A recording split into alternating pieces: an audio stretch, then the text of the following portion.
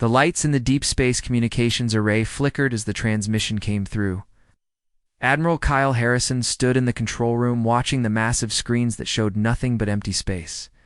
For 3 years, Earth had been listening to the stars, hoping to find other life. Today, that life found them first. "Sir, we're getting something strange," called out Lieutenant Pete Wilson from his station. "It's not coming from any human colony. The signal is too far out." Harrison walked over to the main console. The signal was weak, but getting stronger. Then the screen changed, and he saw something that made his heart stop. A face appeared, but it was not human. The being looked like it was made of living crystal, with light flowing through its transparent skin. Its eyes were large and filled with something Harrison recognized immediately: fear. "Can you hear me?" the being asked in broken English. "Please, if you can understand, we need help." The control room went silent. Everyone stared at the screen. This was first contact, and it was not what anyone had expected. "I am Kiravel of the Zilani people," the being continued. "We have studied your species for many cycles. We know you are warriors. We know you fight when others will not." Harrison grabbed the communication device. "This is Admiral Kyle Harrison of Earth Defense. Command. We can hear you. What kind of help do you need?" The crystal being's face showed relief. "Our worlds are dying. The Vrak Empire comes for us. They consume everything. They take our planets, our people, our very existence. We have asked 12 other civilizations for help. All have refused. You are our last hope. How long do you have?" Harrison asked. 3 solar cycles, maybe less. The Vrak fleets are already moving toward our core worlds. We have tried to fight them, but we are not a warrior people. We make energy, we create art, we explore the stars peacefully. The Vrak only know destruction. Harrison looked around the room. His officers were watching him, waiting for his decision. Earth had only recently developed faster-than-light travel. They had never fought an alien war. Hell, they had never even met aliens before this moment. "What can you tell us about the Vrak?" he asked. Kiravel's crystal form dimmed with sadness. "They are like insects from your world, but huge and intelligent. They work as one mind, one purpose. They have conquered 47 star systems. Every species they meet either joins them or dies. They do not negotiate. They do not show mercy." "And the other civilizations that refused to help you?" The Corvani said it was not their fight. The Tellurian said the Vrak were too strong. The Makani said helping us would only make the Vrak angry with them. They all chose to hide and hoped the Vrak would leave them alone. Harrison was quiet for a moment. He thought about Earth's history, about all the times humans had faced impossible odds: Thermopylae, Alamo, Stalingrad, Normandy. Humans had always fought when others said it was hopeless. "What do you offer in return?" he asked. "Anything," Kiravel said quickly. "Our energy technology, our knowledge of the galaxy, our friendship. We will give you whatever you ask for." General Lisa Morgan had been listening from the back of the room. She stepped forward. "Admiral, we need to discuss this. Give us 1 hour," Harrison told Kiravel. "We will have an answer for you." The transmission ended, and the room exploded into conversation. Some officers argued that Earth was not ready for this kind of fight. Others said it was too dangerous to get involved in alien wars. A few wondered if this was some kind of trap. Morgan called for silence. "Let's think about this clearly. We have a peaceful alien race asking for help against an empire that has already destroyed 47 civilizations. If we do nothing, the Zilani die. If the Vrak are as dangerous as they sound, how long before they come for Earth?" Commander Jake Sullivan, who had been quiet until now, spoke up.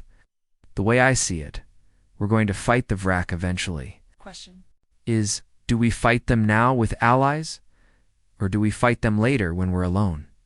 "But we don't know anything about space warfare," argued Captain Danny Foster. "We've only been off our own planet for a few decades." "We know how to fight," Sullivan replied. "We've been doing it for thousands of years. The Vrak might be aliens, but war is war." Harrison looked at the faces around him. These were good people. trained soldiers who had sworn to protect Earth and humanity. But this was bigger than Earth now. This was about what kind of species humanity wanted to be. The Zilani said 12 other civilizations refused to help them, he said slowly. 12 civilizations chose to hide while an entire species faces extinction. That's not the human way. Morgan nodded. What are you thinking, Admiral? Thinking the Vrak have never fought humans before? They've conquered 47 star systems, but they've never met a species that considers dying for victory, an acceptable trade-off. Dr. Nina Rodriguez, Earth's top alien expert, had been studying the transmission data. Admiral, based on what we know about hive mind species, they typically use predictable tactics. They rely on overwhelming numbers and perfect coordination. They probably can't handle chaos and unpredictability. Chaos and unpredictability.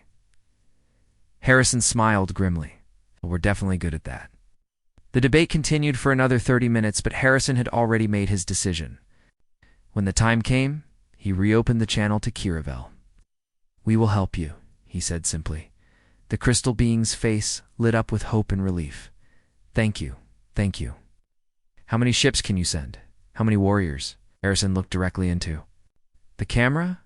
We're sending a fleet. But understand this, Kiravel. When humans fight, we don't fight to survive. We fight to win. The Vrak want a war? We're about to learn why that's a very bad idea. The transmission ended, and Harrison turned to his officers. Ladies and gentlemen, we're going to war. Start assembling the fleet, and remember the galaxy is about to learn what happens when you threaten humanity's friends. Captain Jake Sullivan stood in the massive hangar bay watching the construction crews work around the clock. Earth's orbital shipyards had never seen activity like this. Sparks flew from welding torches as engineers bolted armor plating onto hull sections. The sound of metal hammering against metal echoed through the facility. How long until the fleet is ready? Admiral Harrison asked as he walked up beside Sullivan. 2 weeks for the main battle group, Sullivan replied. 3 weeks if you want the experimental weapons systems installed. We take the experimental weapons. The Vrak have been fighting for centuries. We need every advantage we can get. Dr. Nina Rodriguez approached them, carrying a thick folder of reports. Admiral, I've finished analyzing the data the Zilani sent us. You need to see this. They walked to a nearby conference room where Rodriguez spread out holographic displays showing Vrak ships and battle formations. The alien vessels looked like massive insects with dark metal shells and multiple weapon ports. The Vrak fight like a machine, Rodriguez explained. Perfect formations, coordinated attacks, no wasted movement. Every battle they've fought follows the same pattern. They send scouts, analyze the enemy's defenses, then attack with overwhelming force. Sullivan studied the tactical displays. What about their ground forces? Heavy armor, organized into perfect ranks. They advance together, fire together, retreat together. It's like fighting a single organism with 1,000 bodies. Harrison frowned. How have they conquered so many worlds using such predictable tactics? Because they work, Rodriguez said. Against every other species in the galaxy, perfect coordination beats chaos. The Vrak have more ships, better weapons, and they never break formation. Most species surrender after losing a few battles. Most species aren't human, Sullivan said quietly. Admiral Harrison called up the fleet roster on his tablet. What do we have ready to deploy? The USS Vengeance is our flagship, Sullivan read from his notes. 12 heavy cruisers, 30 destroyers, and 40 fast attack ships. Total crew of 18,000. Weapons. Doctor. Marcus Webb entered the room at that moment, overhearing the question. Admiral, we've installed the new kinetic bombardment systems on all capital ships. Think of them as railguns that fire telephone pole-sized projectiles at near light speed. Yeah, the Vrak use energy shields, Rodriguez pointed out. Webb grinned. Energy shields are designed to stop energy weapons. They don't do much against a chunk of tungsten moving at 20% light speed. Harrison nodded approvingly. What else? Plasma mines that can be deployed in space and triggered remotely. The Berserker targeting system that uses artificial intelligence to track and engage multiple targets simultaneously. And my personal favorite, The ramming protocol. Ramming protocol? Rodriguez asked. If a ship takes critical damage, the AI can take control and ram the nearest enemy vessel. Humans are the only species that considers mutual destruction a valid battle tactic. Sullivan laughed grimly. The Vrak are about to learn that humans don't just fight to win. We fight to make sure our enemies lose. The next morning, Harrison addressed the fleet commanders in the main briefing room. Captains and senior officers from every ship in the expeditionary force filled the seats. At the front of the room, a large screen showed the Zilani star system. Ladies and gentlemen, Harrison began, in 72 hours we launch humanity's first interstellar war. The enemy has conquered 47 civilizations. They have more ships, more experience, and they've never lost a major battle. He paused and looked around the room. They've also never fought humans. Commander Amy Parker, the youngest ship captain present, raised her hand. Sir, what makes us think we can succeed where so many others have failed? Harrison smiled. Because every other species fights the way the Vrak expect them to fight. Orderly formations, predictable strategies, retreat when losses mount. The Vrak have built their entire military doctrine around fighting civilized opponents. And we're not civilized? Asked Captain Danny Foster. In space combat? Hell no. Captain Foster, your destroyer squadron will be equipped with boarding pods. You'll be ramming Vrak ships and fighting hand-to-hand in their corridors. Foster's eyes lit up. Sir, no species has ever attempted boarding actions in space combat. Exactly. The Vrak have armor designed to stop energy weapons, not bullets. Fired at close range. Dr. Webb, tell them about the close-quarters combat modifications. Webb stood up. We've developed combat suits, specifically for fighting in alien environments. Enhanced strength, built-in weapons systems, and most importantly, individual decision-making capability. While Vrak soldiers wait for orders from their hive mind, our Marines will be adapting and improvising. Lieutenant Colonel Steve Barnes, commanding the Marine contingent, added, We've studied every human military victory in history, from Alexander the Great to the DID landings. The key is always the same. Do something the enemy doesn't expect. Harrison brought up tactical displays showing Vrak battle formations. Intelligence says the Vrak always attack in 3 waves. Scouts, main battle group, then reserves. They maintain perfect spacing and never deviate from formation. So we deviate from everything, Sullivan said. No formations, no predictable patterns, no rules of engagement that make sense to anyone but us. Commander Parker looked worried. Sir, that sounds like chaos. It is chaos, Harrison agreed. Controlled chaos. Yes. The kind humans excel at.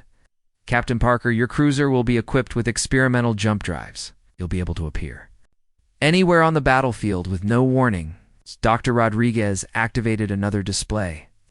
The Zilani have provided us with detailed maps of their system. We know where the Vrak will attack and when. They always start with the outer colonies and work their way inward, so we'll be waiting for them, Barnes said. Not waiting, Harrison corrected. Hunting. The moment the Vrak enters Zilani space, we hit them from every direction at once. No battle lines, no organized retreat. We make every engagement unpredictable. Webb pulled up weapon specifications. The Vrak rely on long-range energy exchanges. Their ships are designed for standoff battles. We're going in close, using weapons they've never seen before. Sullivan studied the data. Admiral, this is going to be bloody. We're essentially making up space combat doctrine as we go. The alternative is letting the Vrak destroy the Zilani and then move on to the next target. Eventually that target might be Earth. The room fell silent as the implications sank in. They were not just fighting for alien allies. They were fighting to establish humanity's place in a galaxy full of predators. Harrison looked at each officer in turn. The Vrak think they understand warfare because they've conquered so many worlds. They're about to learn the difference between conquest and survival. Questions? Commander Parker raised her hand again. Sir, what if we lose? Harrison's expression hardened. Then we make sure the Vrak remember why picking a fight with humans was the worst mistake they ever made. The first human fleet dropped out of faster-than-light travel at the edge of Zilani space. Commander Danny Foster watched his tactical display light up with contacts as his destroyer squadron emerged from hyperspace. What he saw made his blood run cold. "Jesus Christ," whispered Lieutenant Sam Moore from the sensor station. "There must be 200 Vrak ships out there." Foster studied the display. The Vrak fleet was arranged in perfect formation, exactly as the intelligence reports had predicted. 3 massive dreadnoughts led the center, surrounded by circles of smaller vessels. They moved through space like a single organism, maintaining precise distances between ships. "All ships, this is Vengeance Actual," Admiral Harrison's voice came through the communication system. "We have visual contact with the enemy. They're attacking Kepler Station as predicted." Foster could see the battle on his long-range sensors. Kepler Station, a Zalani research facility, was already burning. The station's defensive platforms fired streams of energy at the Vrak ships, but the alien vessels absorbed the attacks with their heavy shields. "Foster, take your squadron and hit their left flank," Admiral Harrison ordered. "Remember, these bastards have never seen human tactics before. Make it count." "Copy that, Admiral." "All destroyers, follow my lead. We're going in fast and dirty." Foster's 4 destroyers accelerated toward the Vrak formation. The alien ships detected them immediately and began turning to face the new threat. But the Vrak moved as a group, adjusting their entire formation to deal with the human attack. "That's their weakness right there," Foster said to his crew. "They can't react to multiple threats independently." The Vrak opened fire when the human ships came within range. Brilliant beams of energy lanced through space, forcing Foster's destroyers to break formation and dodge. But instead of retreating or regrouping, the human ships scattered in all directions. "What are they doing?" Commander Zeknal, leader of the Vrak fleet, transmitted to his subordinates. "This is not tactical formation." Foster's destroyer, the USS Gettysburg, dove underneath the Vrak formation while the other 3 ships attacked from different angles. The Vrak tried to maintain their perfect spacing while engaging for separate targets, but their coordination began to break down. "Now," Foster ordered, "fire everything." The human ships unleashed their experimental weapons. Kinetic rounds tore through Vrak energy shields like they were paper. Plasma mines detonated in the middle of the alien formation, forcing ships to break their precise patterns to avoid the explosions. For the first time in their military history, the Vrak formation collapsed into chaos. "Impossible," Zeknal transmitted. "How do they coordinate without formation?" The answer came when Lieutenant Colonel Steve Barnes launched his boarding pods. Armed, the small armored capsules shot out from the human destroyers and slammed into the hulls of Vrak ships. Barnes had studied the enemy vessel designs and knew exactly where to hit. "Marines, we are boarding," Barnes shouted into his communicator as his pod cut through the hull of a Vrak cruiser. "Remember, these bugs have never fought humans in close combat." Barnes and his team of 20 Marines burst into the Vrak ship's corridors. The aliens inside were tall, insect-like creatures with black armor and multiple arms. They moved in perfect synchronization, just like their ships. "Contact front." Sergeant Bill Hayes called out as the first group of Vrak soldiers appeared around a corner. The aliens raised their weapons in unison, but Barnes was already moving. Human Marines had one advantage that no other species in the galaxy possessed. They could think and act independently while still working as a team. While the Vrak waited for orders from their hive mind, the humans were already adapting to the situation. Barnes rolled behind cover and signaled his men to spread out. The Vrak, programmed to fight in formation, found themselves facing individual threats from multiple directions. Their perfect coordination became a liability when they couldn't predict what each human would do next. "These creatures fight without orders," one Vrak warrior transmitted before Hayes put 3 bullets in its chest. The battle inside the ship was brutal and fast. The Vrak had superior armor and weapons, but they fought like a computer program. Every move was calculated, every response predictable. The humans fought like wild animals, using instinct and experience to stay one step ahead. Meanwhile, Foster's destroyers continued their attack on the main Vrak fleet. The alien ships were trying to reform their battle line, but the human vessels refused to cooperate. Every time the Vrak adjusted their formation, the humans would attack from a new direction. "Admiral, this is Foster," he reported over the communication channel. "The enemy is losing cohesion. Our formation is falling apart." "Good work, Danny. All ships converge on the Vrak flagship. Let's see how their command structure handles direct pressure." The USS Vengeance, humanity's most powerful warship, charged directly at the largest Vrak dreadnought. The alien vessel was 3 times the size of the human flagship, bristling with weapons and protected by massive energy shields. "Sir, that ship could destroy us with a single salvo," warned Captain Sullivan from the bridge. "Only if they get the chance," Harrison replied. "Activate the ramming protocol standby mode. If they want to play chicken with humans, they picked the wrong species." The Vrak dreadnought opened fire, sending devastating energy beams toward the approaching human ship. But the Vengeance didn't try to dodge or return fire at long range. Instead, it accelerated directly into the attack. "What are they doing, Zeka now?" transmitted in confusion. "It will be destroyed." The human ship's armor took massive damage, but it kept coming. At the last possible moment, the Vengeance fired its main guns point-blank into the Vrak dreadnoughts. Bridge. The alien command structure, built around the hive mind's need for central control, collapsed when the flagship's command center was destroyed.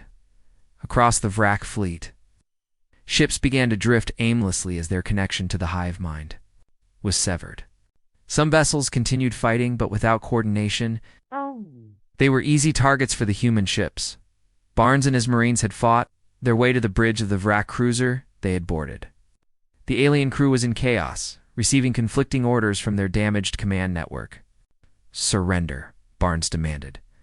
Pointing his weapon at the ship's captain, the Vrak officer looked at him with compound eyes that showed something Barnes had never expected to see in an alien warrior. "Fear. No, you fight like demons," the alien said, in broken English. "What manner of creatures are you?" Barnes smiled grimly. "We're humans. And you just learned why the galaxy should have left our friends alone." The first battle was over, but both sides knew this was just the beginning. The Vrak had lost a major fleet, but they had hundreds more ships throughout their empire. The humans had proven their tactics worked, but they had also revealed their capabilities to an enemy that learned from every defeat as the surviving Vrak ships retreated. Admiral Harrison received a transmission from Ambassador Kiravel on the Zelani. "Homeworld. Admiral Harrison, we watched the battle. Your warriors fight like nothing we have ever seen. But the Vrak will return with greater numbers. Are you prepared for what comes next?" Harrison looked at the tactical display showing the scattered remains of the Vrak fleet. "Ambassador, the Vrak wanted to see what humans do when someone threatens our friends. That was just the warm-up." 3 weeks after the first battle, the Vrak Empire struck back with a vengeance. Deep in Vrak territory, Queen Commander Vexel studied the reports from Kepler Station with growing rage. In 500 years of conquest, no species had ever destroyed an entire Vrak fleet. "The humans fight without logic," reported Sub-Commander Krixval. "They attack from impossible directions. They sacrifice their own ships to destroy ours. They do not retreat when victory is impossible." Vexel's mandibles clicked together in anger. "Then we will teach them logic. Assemble the 3rd, 7th, and 9th fleets. Send word to all breeding worlds. We need more ships." But the humans were not waiting for the Vrak to regroup. Captain Rachel Stone stood on the bridge of her cruiser, the USS Defiance. As it dropped out of hyperspace deep inside enemy territory, her mission was simple and terrifying. Hit the Vrak where they least expected it. "Sensors are picking up a Vrak supply convoy," reported Lieutenant Tom Baker. 12 cargo ships with 4 escort vessels. "Perfect," Stone said. "Remember, we're not here to win a battle. We're here to make them afraid to leave their home systems." The Defiance attacked the convoy with brutal efficiency. The Vrak escorts tried to form a defensive screen, but Stone's ship moved like a predatory animal, striking fast and disappearing before the enemy could respond. Within minutes, the entire convoy was burning wreckage. "Send a message to all Vrak frequencies," Stone ordered. "Tell them that nowhere is safe. Tell them humans can be anywhere, anytime." Across Vrak space, similar attacks were happening. Human ships appeared without warning, destroyed military targets, and vanished before reinforcements could arrive. The Vrak, who had never faced an enemy that used terror as a weapon, began to experience something new: paranoia. Meanwhile, Dr. Marcus Webb was working on humanity's most ambitious project yet. In a secret facility on the human colony of New Geneva, he was building weapons that would change the nature of galactic warfare forever. The Psychological Warfare Division wants to know if the fear gas is ready, Major Chris Kelly said as he entered Webb's laboratory. Webb looked up from his workbench, where he was assembling small spherical devices, A's. These little beauties will release a compound that triggers the fear response in Vrak nervous systems. Their hive mind can't process individual terror, but it can understand species-wide panic. And the other project? Webb grinned and walked over to a massive device covered in warning labels. The Nightmare Generator. It broadcasts images directly into Vrak neural networks. We've loaded it with every human horror movie ever made. Kelly whistled low. That's going to give them some very bad dreams, but the Vrak were not defenseless. Quinn Commander Vextel had been studying human tactics and had developed a counter-strategy. If the humans wanted to play psychological games, the Vrak would show them true horror. Commander Helen Brooks was leading a routine patrol near the Zilani border when her sensors detected something massive approaching. The USS Liberty and her escort ships moved to investigate, but what they found made Brooks's blood freeze. "My God," whispered Ensign Roy Clark from the sensor station. "Sir, that thing is the size of a small moon." The Vrak had deployed a planet killer. The massive spherical vessel was covered in weapons and surrounded by hundreds of smaller ships. As the human patrol watched, the planet killer fired a single beam at a nearby asteroid.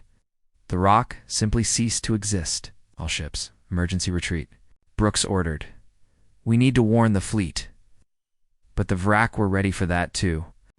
As the human ships tried to escape, enemy vessels dropped out of hyperspace all around them. Brooks found herself trapped with 3 destroyers against 50 Vrak warships. "Ma'am, they're demanding our surrender," reported Lieutenant Dave Murphy. From the communications station, Brooks looked at her tactical display. There was no way to win this fight, but there was no way she was going to surrender either. "Send a message to Admiral Harrison. Tell him about the planet killer. The ramming protocol on all ships." "Ma'am, that's a suicide order." "No, Lieutenant. That's a human order." The 4 human ships charged directly into the Vrak formation. The aliens, still not understanding human psychology, tried to disable the vessels instead of destroying them. They wanted prisoners to study, so that mistake cost them dearly. Brooks rammed her cruiser directly into the largest Vrak dreadnought. The explosion took out 6 enemy ships and severely damaged a dozen others. Her 3 escort destroyers followed her lead, each one taking multiple Vrak vessels with them when they died. The surviving Vrak ships watched in horror as the humans chose mutual destruction over capture. For the first time in their species history, they began to understand what they were fighting. News of Brooks's sacrifice reached Admiral Harrison just as he was planning the next phase of human operations. The planet killer changed everything. The Vrak were no longer playing by the rules of conventional warfare. "How long before that thing reaches Zilani space?" Harrison asked Dr. Rodriguez. 18 hours, maybe less. "Admiral, nothing in our fleet can stop a weapon that size." Harrison studied the tactical displays, showing Vrak movements throughout the galaxy. The enemy was massing their forces for a final push. It was time for humanity to show their true nature. "Send a message to all human ships," Harrison ordered. "Operation Scorched Earth is now active. If the Vrak want to escalate, we'll show them what human desperation looks like." Captain Tony Martinez received the order while his engineering ship was hiding in an asteroid field near a Vrak breeding world. The planet below was home to millions of Vrak larvae, the next generation of their empire. "Sir, the Scorched Earth. Protocols require us to target civilian populations," his first officer said nervously. Martinez looked at the planet through his ship's view screen. He thought about Commander Brooks and her crew who had died rather than surrender. He thought about the Zilani who faced extinction if the humans failed. "The Vrak made this a war of extinction," he said finally. "They want to wipe out entire species. Time to show them what that really means. The human ship launched a spread of nuclear warheads at the Vrak breeding world. The planet's defenses shot down most of the missiles, but 3 got through. The explosions didn't destroy the world, but they contaminated vast areas and killed millions of Vrak young. Across Vrak space, similar attacks were taking place.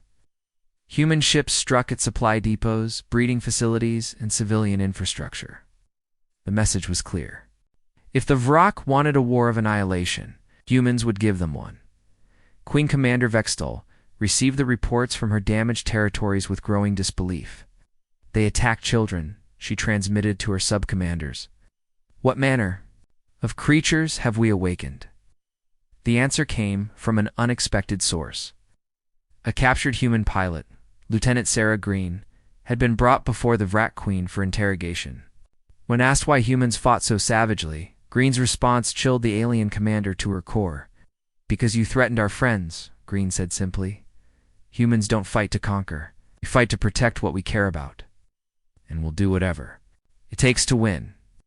Vextal stared at the small human female with new understanding. The Vrak had made a critical error.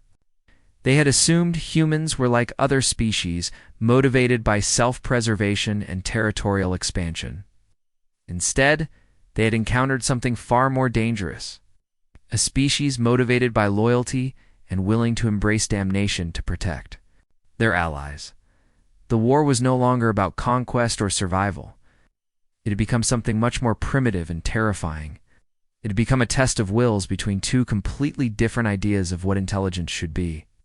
The Vrak believed in perfection through unity. The humans believed in strength through individual sacrifice as the planet killer moved towards Zilani space. Both sides prepared for a final confrontation that would determine not just the fate of the war, but the future of intelligence in the galaxy itself. The Nexus system was supposed to be the Vrak Empire's greatest triumph. For massive queen ships, each carrying millions of Vrak warriors, had gathered around the dead planets they had stripped of all life. This was their final staging ground. Before the complete destruction of Zilani civilization, Admiral Kyle Harrison stood on the bridge of the USS Vengeance. Watching the tactical display that showed the overwhelming enemy force, 800 Vrak ships protected the Queen ships, while the planet killer weapon hung in space like a mechanical moon, ready to erase entire worlds with a single shot. "Sir, we're outnumbered 20-1, reported Captain Jake Sullivan. "Intelligence says each Queen ship alone has more firepower than our entire fleet." Harrison nodded grimly. "Then we don't fight fair. Send the signal to all ships. Operation Broken Arrow is a go." Broken Arrow was humanity's most desperate battle plan. Instead of trying to match the Vrak ship for ship, the humans would use their greatest advantage. They were willing to die to ensure their enemy's defeat. Across the human fleet, captains received their final orders. Some ships would ram enemy vessels. Others would detonate their own reactors in the middle of Vrak formations. A few lucky crews might survive the battle. But everyone understood the odds. Colonel Beth Hayes checked her orbital assault equipment one final time. Her mission was the most dangerous of all.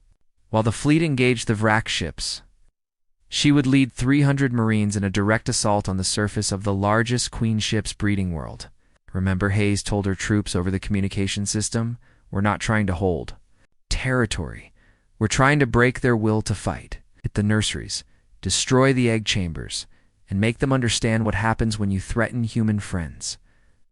The assault began when Commander Amy Parker's experimental squadron materialized.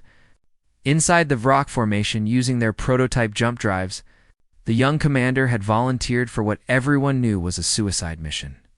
"All ships, fire everything," Parker ordered as her cruiser appeared between 2 Vrak dreadnoughts. "Make them count." Parker's ships unleashed their weapons at point blank range before the Vrak could react. 3 enemy vessels exploded instantly, their debris damaging dozens of others.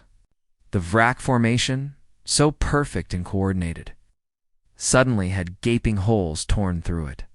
But the enemy response was swift and brutal. Energy beams from 100 Vrak ships focused on Parker's squadron.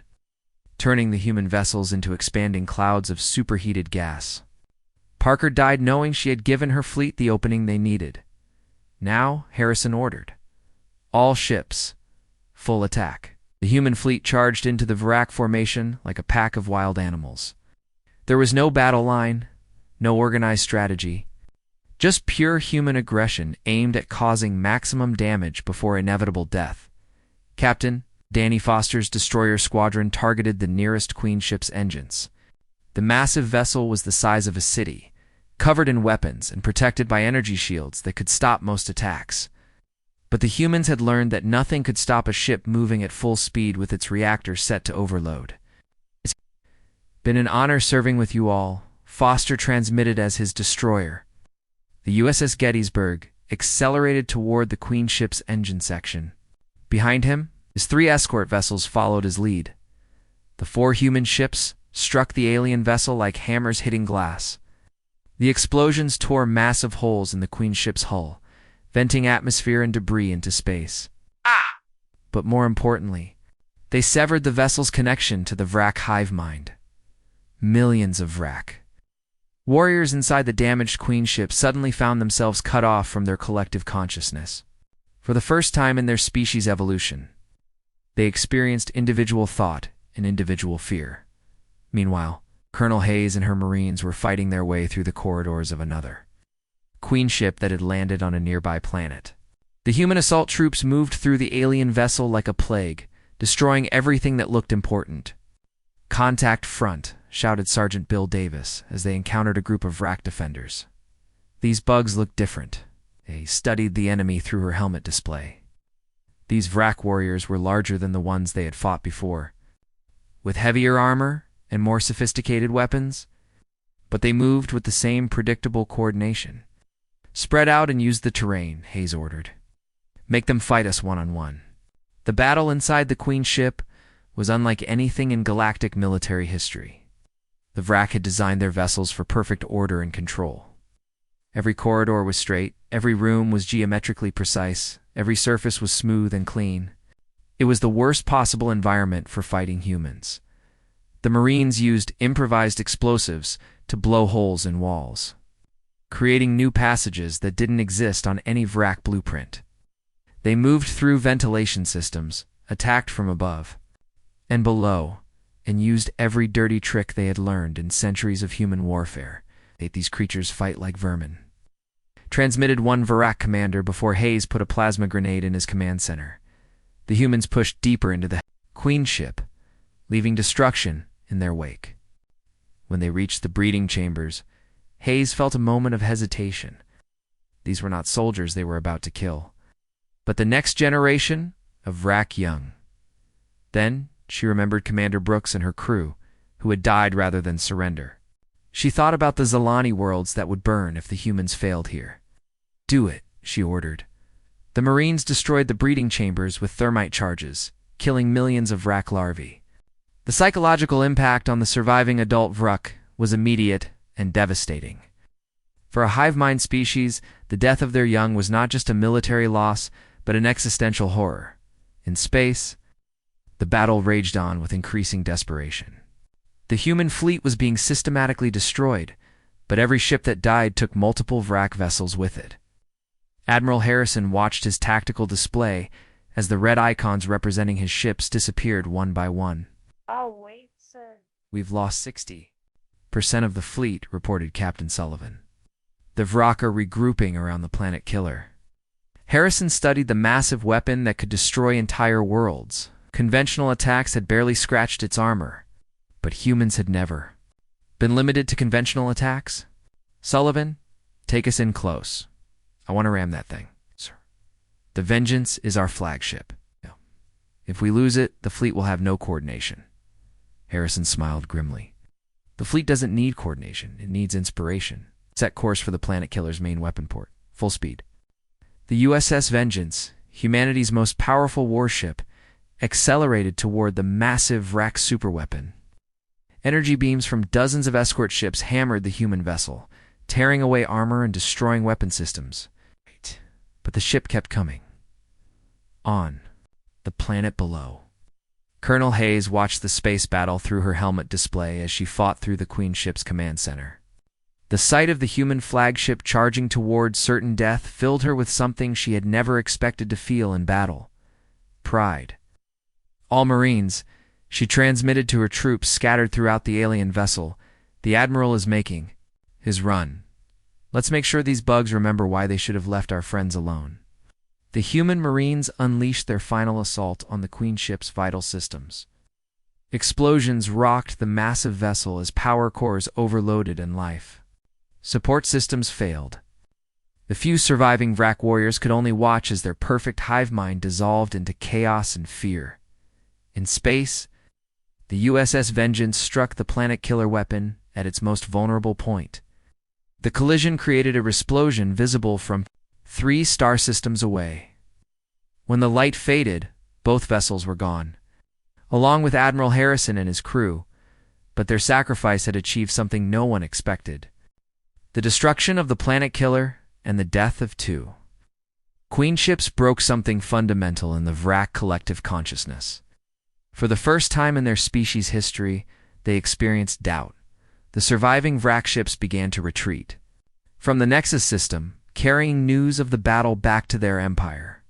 They had won the engagement by any reasonable military standard, but they had also learned something that would haunt their civilization forever.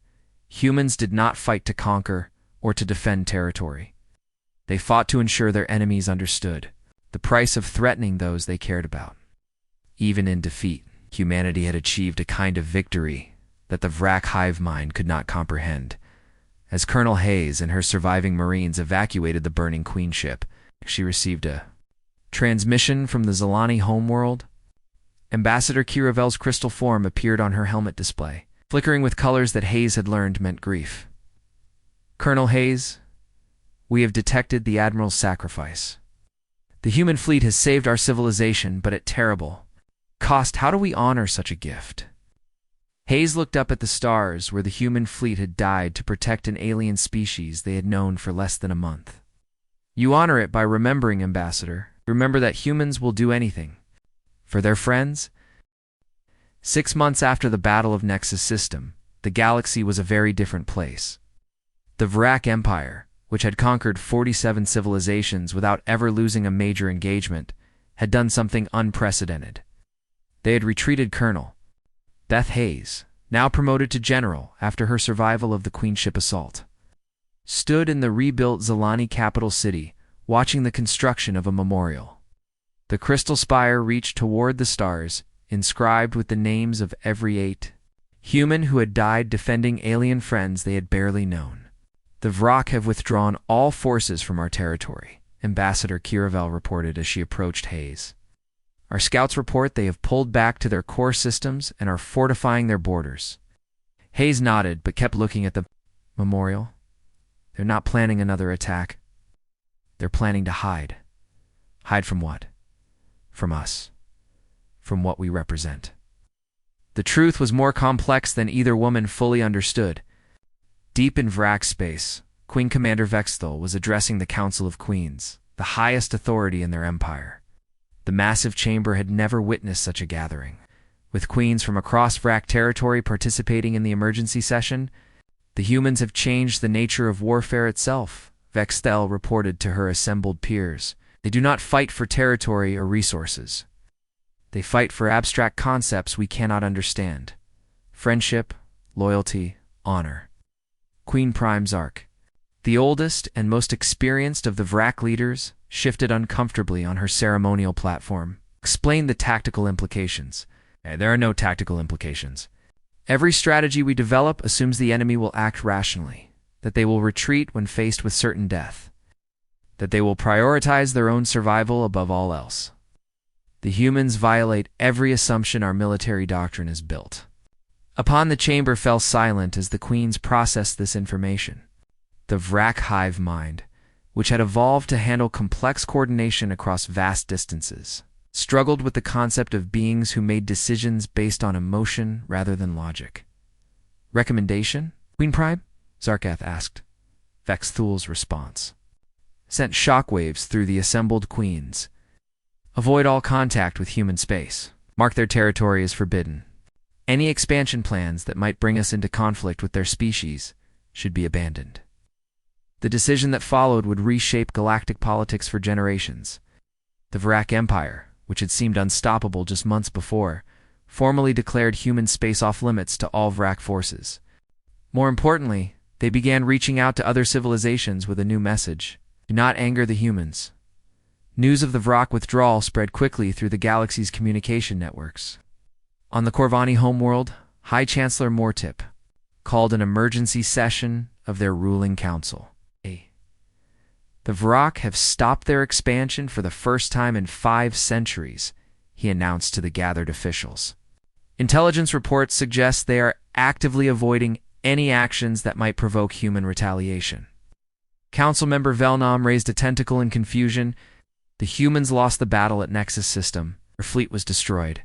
Yes, but in losing, they demonstrated something that has terrified the Vrak.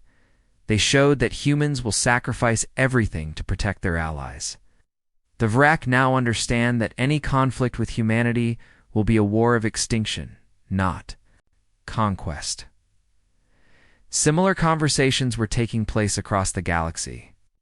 The Tellurians, who had refused to help the Zalani, were hastily preparing diplomatic overtures to Earth. The Makani had already sent 3 separate ambassadors requesting mutual defense treaties. On Earth, the mood was more complex. Humanity had saved their first alien allies, but the costs had been enormous.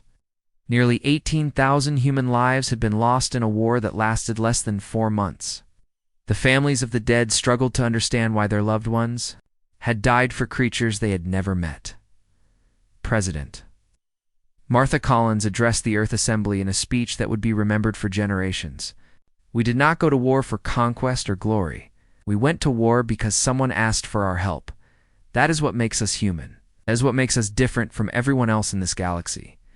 The speech was broadcast to every human colony and transmitted to alien civilizations throughout known space. The response was immediate and overwhelming. Within weeks, 17 different species had requested formal diplomatic relations with Earth. Admiral Jake Sullivan, who had survived the Battle of Nexus System when his damaged ship was rescued by Zalani forces, found himself appointed as Earth's first galactic defense coordinator. His office on Luna Station received a constant stream of communications from civilizations seeking human protection. "Sir, we have another request," reported his aide, Lieutenant Commander Lisa Park. Help me! Republic is asking for a mutual defense treaty. They're offering advanced medical technology in exchange for protection from the Vrak. Sullivan studied the diplomatic folder. The Altani were a peaceful species of aquatic beings who had been next on the Vrak expansion list before. The humans intervened. What do we know about their conflict with the Vrak? The Vrak demanded submission 6 months ago. The Altani refused and had been preparing for invasion ever since. But after what happened at Nexus System, the Vrak have backed down. They want us to formalize what's already happened. The Vrak are too afraid to attack anyone who might be under human protection. Sullivan approved the treaty, adding another species to humanity's growing list of allies. It was the 15th such agreement in 6 months, creating what other civilizations were calling the Human Protection Zone. But the most significant development came from an unexpected source. General Hayes received a transmission while reviewing construction plans for the new Zalani defense stations. The message was encoded in Vrak communication protocols, but the content was unprecedented. "General Hayes, this is Sub-Commander Crick's volume. Of the Vrak Military Command, I request permission to defect to human protection." Hayes stared at the message in disbelief. "The Vrak wants to defect." The explanation came in follow-up transmissions. Crick's volume had been present at the Battle of Nexus System and had witnessed human sacrifice firsthand. Something about watching beings choose death over abandoning their allies had broken his connection to the hive mind. "I have seen what your species calls honor," Cricksval's message continued. "It is something we Vrak have never understood. I wish to learn this concept, even if it means exile from my own people." The defection sent shockwaves through both human and Vrak territories. For the first time in their species' history, individual Vrak were choosing personal beliefs over the collective consciousness. The hive mind that had made them so effective in warfare was beginning to fracture. Ambassador Kiravel stood with General Hayes at the memorial service for Admiral Harrison and his crew. Representatives from dozens of species had come to pay their respects to the humans who died defending people they barely knew. "Your Admiral Harrison asked me a question before the final battle," Kiravel said as they watched the ceremony. "He wanted to know what humans had gained by fighting for us." "What did you tell him?" "I said you had gained the friendship of the Zalani people, but I was wrong. You gained something much more valuable." Hayes looked at the gathered representatives from across the galaxy, species that had once ignored each other now working together under human protection. "What's that?" "You gained the knowledge that in a galaxy full of predators and prey, you had shown everyone there was a third option. You could be protectors." The memorial service concluded with a moment of silence that was observed simultaneously. On hundreds of worlds, in that quiet moment, the galaxy truly understood what humanity had accomplished. They had not just won a war or saved a civilization. It redefined what it meant to be strong. As the representatives departed, Hayes received her daily briefing on galactic affairs. The Vrak Empire continued its withdrawal, pulling back from border systems and avoiding any actions that might provoke human intervention. Trade agreements between species in the human protection zone were creating unprecedented prosperity. Importantly, for the first time in recorded galactic history, no major wars were being fought anywhere in known space. The Zalani had asked for help, and humans had sent the deadliest fleet ever assembled. But in the end, the true weapon had not been their ships or their tactics. It had been their willingness to die for people they called friends. The galaxy had learned to fear humans, not because they were the strongest or the most advanced, because they were the most loyal. And in a universe where survival usually meant looking out for yourself, that loyalty had become the most powerful force in known space. Hayes looked up at the stars and smiled. Somewhere out there, new species were learning that they no longer had to face their enemies alone. All they had to do was ask for help.